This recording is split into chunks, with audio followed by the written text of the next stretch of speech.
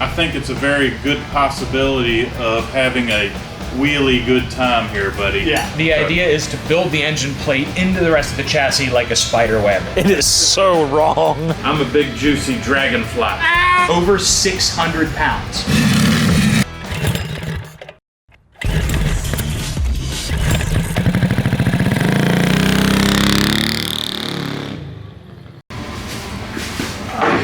What's up, everybody? We built our own custom inline 4-cylinder engine out of lawnmower engines, and it's time to test it out on a go-kart.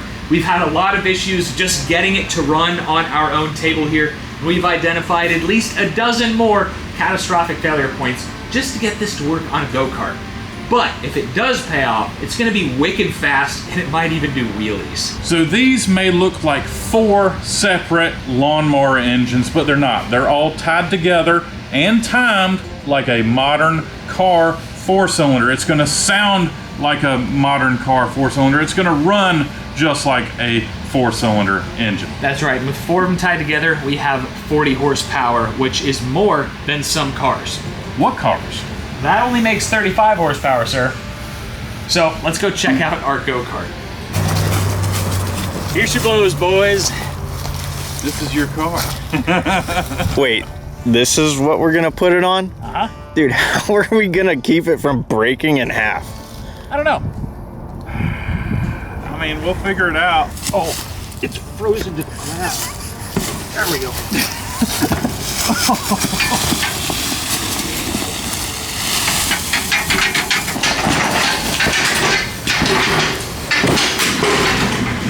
There we go. 70 times 2 would be 140 pounds, and then the plate itself, so 140, 50, 60, 70, I'm gonna say 170. Add the CVT. And then the CV, it's gonna be 200 pounds on the back of this thing. So we're looking at 200 pounds of engine and driveline and engine plate on the back of this thing. On a 1-inch axle. If it doesn't self-destruct immediately, it's going to wheelie. I think it's a very good possibility of having a wheelie good time here, buddy. Yeah. Someone had to say it.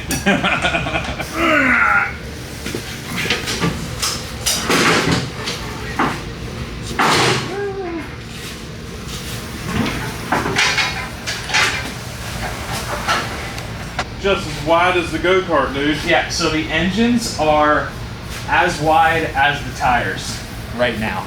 So now that we know what we're going to be doing, we're going to be removing about 6 inches off the front of the plate, about 6 inches off of the back of the plate, and about the same off the sides.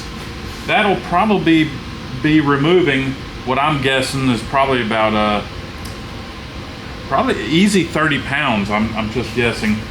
And we're going to be making our plate smaller, and then we're going to be placing it up here and figuring out where we're going to be attaching it to the frame. So let's get these engines off of this plate so we can go ahead and put it in our crossfire and cut the plate, because it's going to be a lot easier doing it that way than using the grinder. That'd be producing a lot of metal. All right, so a 1/2 inch, and we're going to be removing the bolts. So here's the massive engine plate we're going to be cutting down. So I've marked here what we got to take off, which 5 inches on this side was good, and 5 inches. So 10 inches off of the sides, and we're going to go, there's one here, 6 inches. Oh, we can go more. Let's go 7 inches here. Failure point number 1, taking too much out of your engine plate. Well, we are going to be adding angle iron, which is going to help with droop, and it's going to strengthen up a little bit of what we've taken out. And I'm thinking 6 inches on this side. So this is a possibly weak spot number 1, but I don't think so. This is 1/4 inch. The big failure point I'm thinking is how these engines are put together. So let me see if I can remove a engine and show y'all. So this is failure point number 2. Well, 3 of the engines have this collar threaded on and tack welded in place. They have a key and keyway in there. That's a failure number 2, possibly. And when they go, it's probably going to be pretty bad because we're going to be ruining the crankshaft, or if it comes loose, it's going to want to unthread off the crankshaft, and we're going to... Our inline 4 is going to no longer be an inline 4. It's not going to be an inline anymore, because when you have that threaded bolt pressing out, she's going to be... It's going to be a banana. It's going to be a banana 4. All right, so I guess we need to carry this across the yard to the crossfire. Everything is marked on our gigantic engine plate to make it as small as we can while keeping it strong. So we're going to make it about half the weight, which should help this thing survive. Let's get to cutting.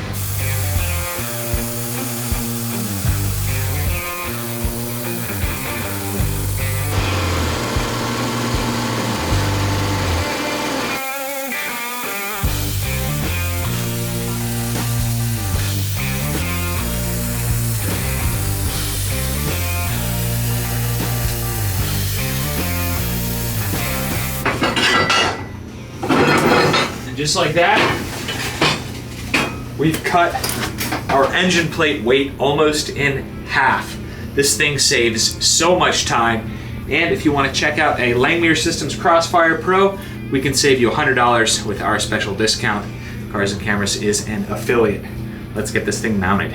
Something like that. Okay, I'm on this line right here on this car. Yeah, he's there. Yeah. Pretty much. This isn't gonna be as bad as I thought. We ain't done yet. That is gonna put the engines directly, I mean, just a tad in front of the rear axle. It's gonna wheel stand if it doesn't implode. Yeah. And the jack shaft would be going around here. We could probably run the sprocket off the jack shaft to the sprocket where it's at right now. Okay. Like, we might not even have to remove any of this. I found another failure point. We could lose the key to the axle and the sprocket. Okay. Like, all the torque and stuff, it might just like... So the key that keeps the sprocket from spinning on the axle. Yeah, we could shear it. Could shear. Yeah. That's true. Yeah. And I'm thinking that we need to box this thing in with some angle iron.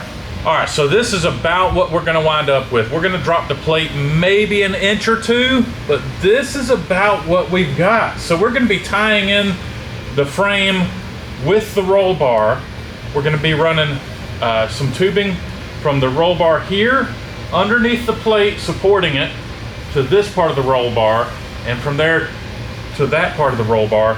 And then we're gonna start tying in from here to the frame, here to the frame, and we're gonna be beefing everything up, including the roll bar. That way, if things get real gnarly, at least the roll bar is gonna have a little bit more support than what it had last time. The idea is to build the engine plate into the rest of the chassis like a spider web, so it's all interconnected. Yeah, it's a lot of horsepower and it's a lot of weight that we're going to be throwing around. So. Exactly. The engines are going to be about at head height, but it's all right. It's like having surround sound speakers right at the back of your head. Oh yes. I love jumper wonder. You do? Me too.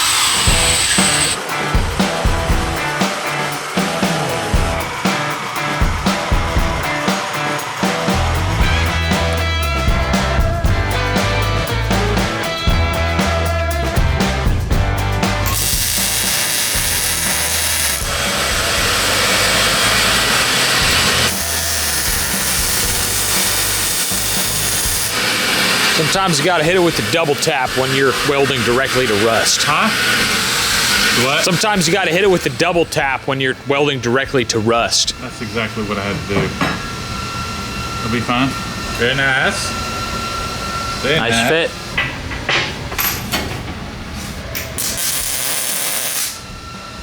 Tell it got a lot hotter when I moved it that close, though. What are you working on, buddy? I am trying to reassemble the throttle and the brakes. This thing has been sitting outside for probably close to a year because we've been right on the cusp of using it for something, you know? Yeah. And, well, it's not good on your cables and your pedals and all your moving pieces. No, so I've been lubricating the cables, and they seem to be doing okay, so that's good. Good. We have our final main engine brace here. Cover.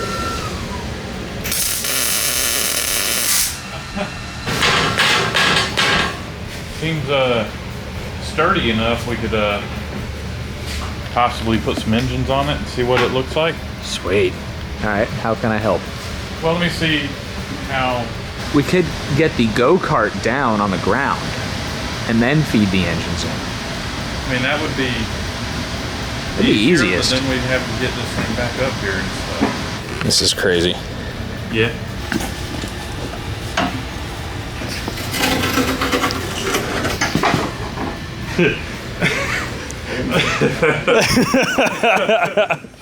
It's like, it is so wrong.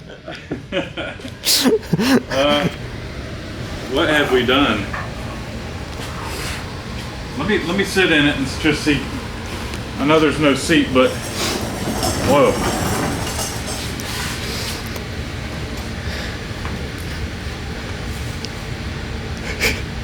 They're at shoulder height. Shoulder height? Yep. If this thing doesn't catastrophically explode, you are going to the moon. All right, I'm ready.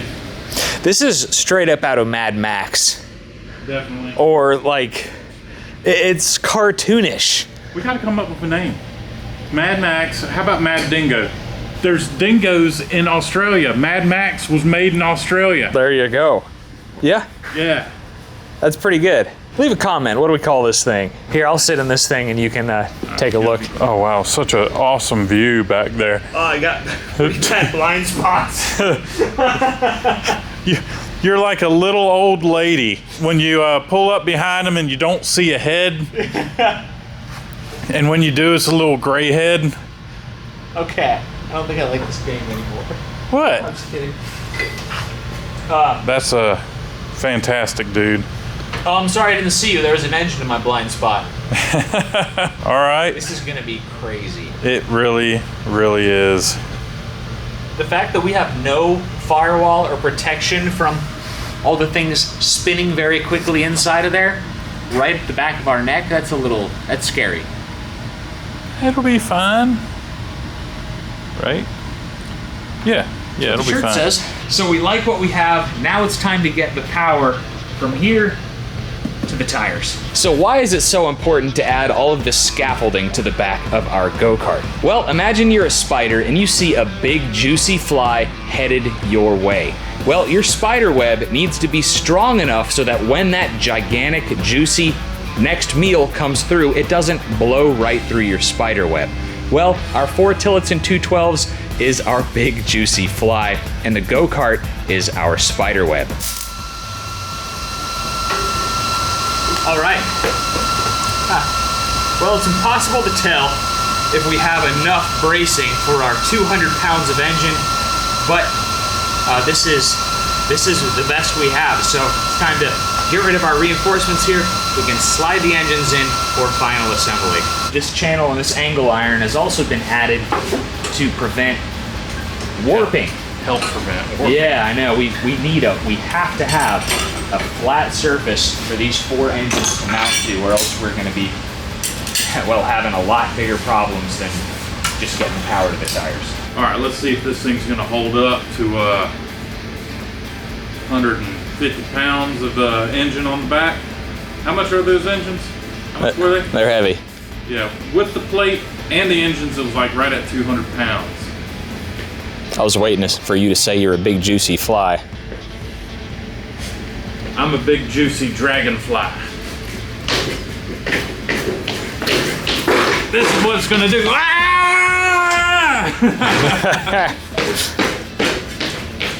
This part feels really solid. Is there any flex on? There is a little flex on the outside, right? There sure is. Well, that's okay, because it needs to be it needs to come up some. So I think it'll be all right. There we go. Okay. Hey! So now to get power from the engine to the tires. We're gonna be using the 780 torque converter kit from GoPowersports.com. This is basically like you're getting close to snowmobile grade CVT level right here. This is made for much larger engines than the Tillotson 212. But considering we have 4 in a row, it's gonna be perfect. So in order to adapt this gigantic driver and driven pulleys onto this smaller crankshaft, we have an adapter we had to buy online. Is that key gonna hold up to 40 horsepower? Yeah. Oh, you think so? Yeah.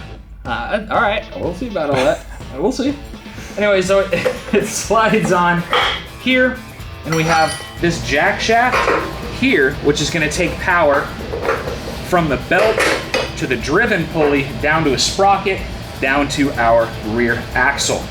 Again, if this thing doesn't completely self-destruct, it's going to be legendary. And I think with this heavy-duty 780 kit from Go Power Sports, it should hold up. We're gonna link the 780 kit and the Tillotson 212 down in the description if you wanna check it out for yourself for a 420, 301, or 670 engine, or your inline-4 Tillotson. We have these pillow blocks and they're spread apart pretty far. And with the amount of power and torque we're gonna have out of these engines, we need to bring another pillow block somewhere around here so we can try to not destroy this jack shaft. So we are installing a cross piece here, and we're gonna put in a plate right here for our third pillow block, and that's gonna make me feel so much better because it's a lot of power here. So now we're on to final assembly. We are getting so close. That driver, that CVT is just comical on that engine. It's almost bigger than the engine. Yeah. All 40 horsepower from our engines is gonna be going through this key. Well, and this key. So the keys are what keep our driven pulley and our sprocket here from spinning on this shaft. So, this is gonna be a first, boys, putting that much power through that much key, but we're gonna find out. There we go. You can see it from the other side. I think it's in there. It's still warm over here from all that welding. The driveline is completely hooked up, so I'm gonna try to spin the engines over using one pull starter. Now, this pull starter is only designed for one engine, but since they all have different compression and power strokes, I wonder if we're gonna be able to spin it over with this. Now the question is, can you start it? With this? I don't know. That sounds crazy. Oh wow. Sounded so cool. Yeah.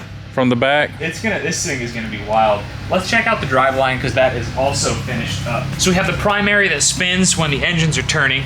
And as this gains in RPM, this is gonna get closer together, which pinches the belt and turns the secondary, which in turn is gonna spin the chain and spin the tires. Because we have the jack shaft, right? Yeah, we don't have the key in there yet.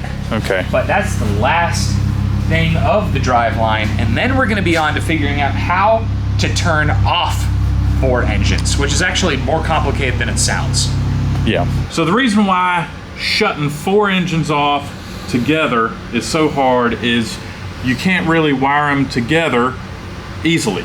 So what I've figured out, and I think I'm right here, I have hooked up diodes, which allow the energy coming one way, but not going back the other, so it won't backfeed into the other coil. So let's say you're on a fire stroke on this, and this one is on, I don't know, a compression stroke or whatever. The coil on this is gonna be saying, oh, I gotta fire this one, and vice versa and stuff, and it's just not gonna run right. It's gonna actually probably not run at all. I've done this before, hooking 2 engines together, and it wouldn't fire unless I unplugged them from each other, so we had to have 2 switches. So I'm hoping that putting in one-way diodes in these engines, they won't fight against each other and they're gonna run fine. Now, I only had 3 diodes So we're actually going to be running 2 switches on this to turn the engines on and off. So fingers crossed, I'm going to be right on this one. I'm not 100%. You're telling me we have cylinder deactivation? Yes. It's actually deactivation for someone, you know, if you don't want, if you're afraid of Luke being on it, can't handle the power, we'll just turn one of these switches off. It's the low power mode, basically. Yeah. They actually have those on like jet skis and 4-wheelers and stuff. All right, so I've got to get the wire from this location all the way to this location. So I've already run the wire, so we're gonna plug in after I made it super duper hot. So these engines are all wired together. Now I just need some zip ties. All I've got to do is hook up to this switch right here, and this switch will handle these 3 engines. So it'll handle the right bank, and then this wire is going to go to this switch over here, and that's going to handle the single engine over there on the far left. So which one do we turn off first? The left. I'm going by like your reading. So you start with your left and you move to the right. So left, right. Of course. That's my thought. Sure. Yeah. Why not?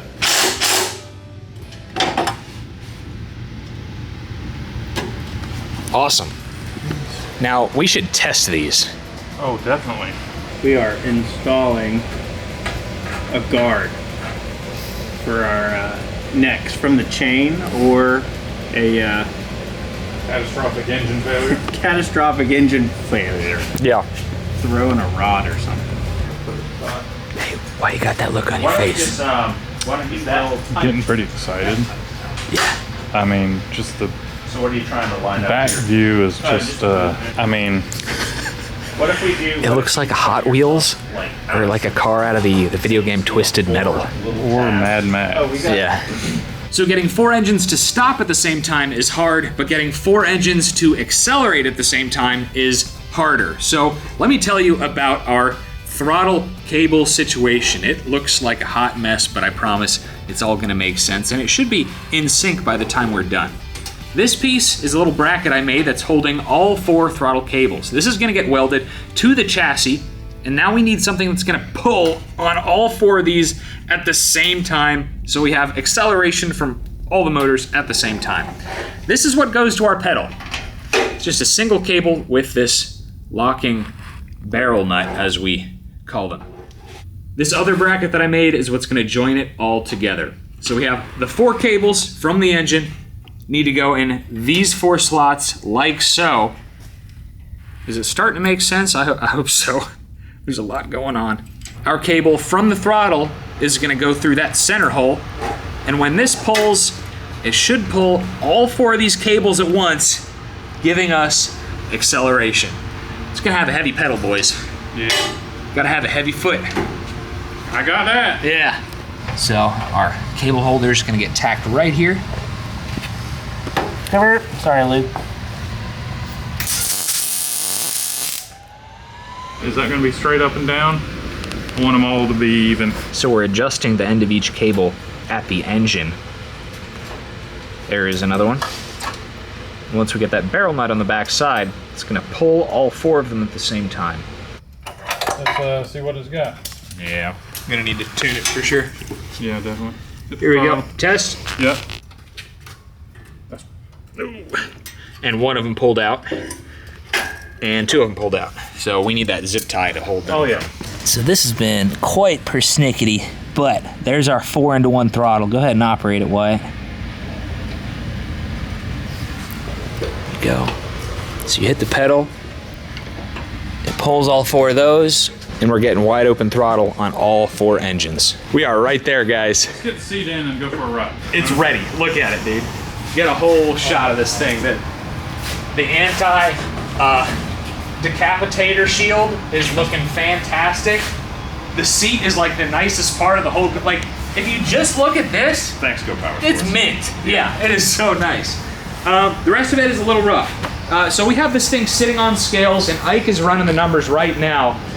A regular go-kart is what, about 175 pounds without the rider? Something like that. I'm gonna say this one's gonna start with a 3. More? It's gonna be like 500. You think it's 500 pounds? Let's no see. way. We got 78 pounds on this side. So, It's gonna turn right. 78 pounds on this tire, 8 pounds on this tire, Don't want to know how much is on this back tire. and the grand total is 436. 399. 427. I'm gonna guess 415. All right. Oh, 416 pounds. Oh, look at that.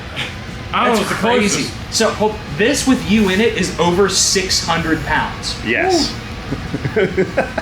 That's a lot. You ready? Yeah. I don't know if we need the chokes on or not, but I'll try no choke. okay. He's gonna sit in this death trap while we start it for the first time. Well, switches. You can do the switches from outside of the I don't want to go-kart. stand next to it. I'd rather be in it. You're like a real man. His logic is sound. Yeah. Switches are on. Contact. You ready? Yeah. Let me find the compression stroke. Oh wait, there's 4. Here we go.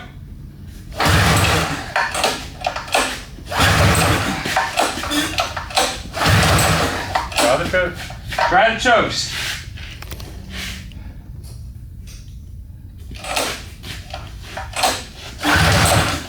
I'm gonna put on brake this thing.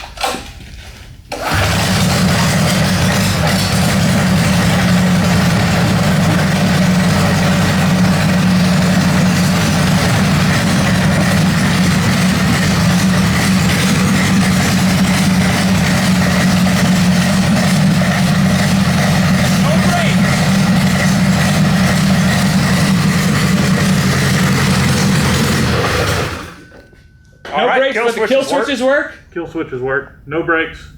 I'll be all right. Sweet, let's do it. I'll be all right.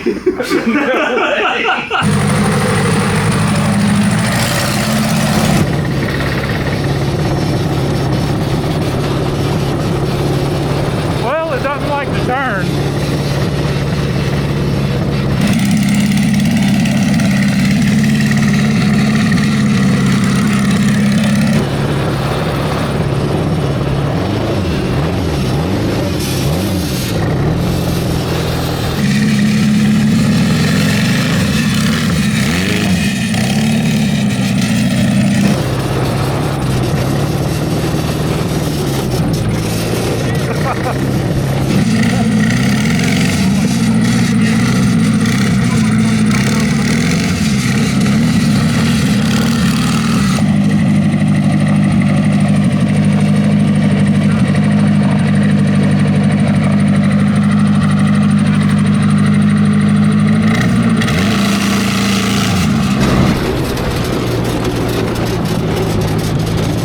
All it does is spin.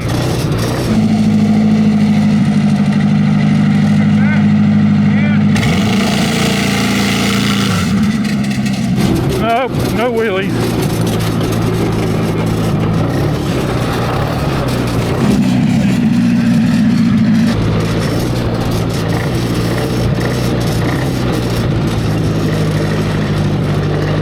Not enough tire. Not enough tire. Not enough tire. All right. I can't believe it's still running. Yeah. Want to shut it off? It takes a second, but it cuts off. What do you think, man? Yeah, it needs more RPM. It needs brakes. And it needs better tires. All I'm doing is spinning. It's like it spins up to 3,000 RPM, And then that's it's not it. even trying, and Yeah. you're just gone. Yeah. It did pick up the front end a little bit Oh, I on saw. one occasion. Yeah. The rest of the time, all it's doing is blowing the back tires off. Yeah. So, if we had some concrete somewhere, Oh, it wheelie. it would wheelie. Big time. Boys, thinking what I'm thinking? The river crossing? Time to go to Mexico. Oh yeah, let's do the river crossing. Oh my gosh, wheelie into an up ramp. I mean, dude, Dude, you want to go to the river? That sounds scary. I mean, I can pop the wheel and then come out of it. Dude, you're gonna run. It's gonna be so fast. You're gonna run right into the side of the. I mean, it's possible. This thing is absolutely insane. It was way better than I thought. Yeah. And we only hit like 3,000 RPM today, so this thing has a long way to go. Be sure you're subscribed to Cars and Cameras to see us unlock the true potential of this inline 4-cylinder go-kart, and hit the thumbs up button if you enjoyed today's video. But we're not done just yet. We're gonna finish it all off with a top speed run. We're not expecting much because of RPM and our gearing. And finally, a wheelie. Got the kill switches on? Yep. Here we go.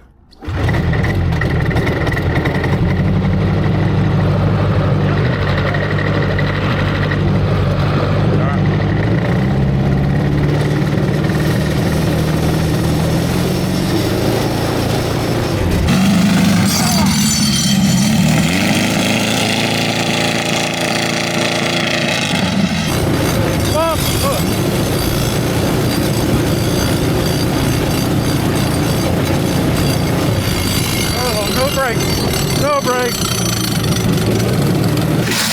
Stop. Try to stop. Grab him. Yeah, we can pull him back. Actually, it looked like it was pretty fast, dude. It sounds like a street bike engine idling with like a open header. It's crazy. Whenever you're ready. Didn't do it. Yeah.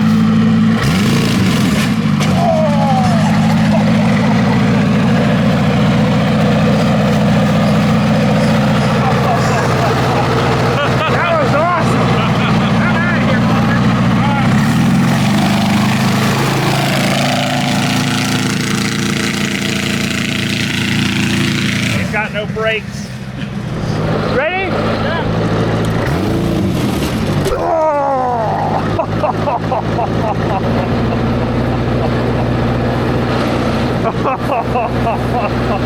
That